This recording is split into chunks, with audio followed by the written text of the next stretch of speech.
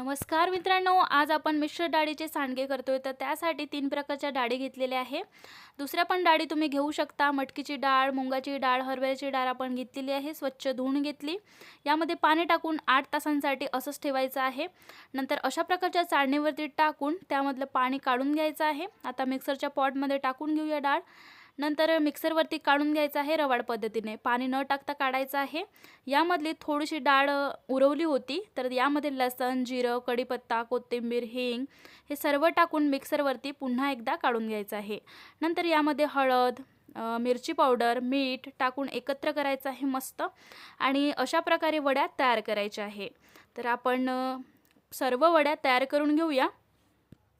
तर वड्या रेडी झालेल्या आहे. आता उन्हामध्ये 2 दिवसांसाठी कडक उन्हामध्ये वाळू घालायचे आहे आणि टाईट कंटेनरमध्ये भरून ठेवायचे आहे. डिटेल व्हिडिओ चॅनलवर दिलेला आहे, नक्की जाऊन पहा किंवा डिस्क्रिप्शनमध्ये लिंक देत आहे, नक्की पहा.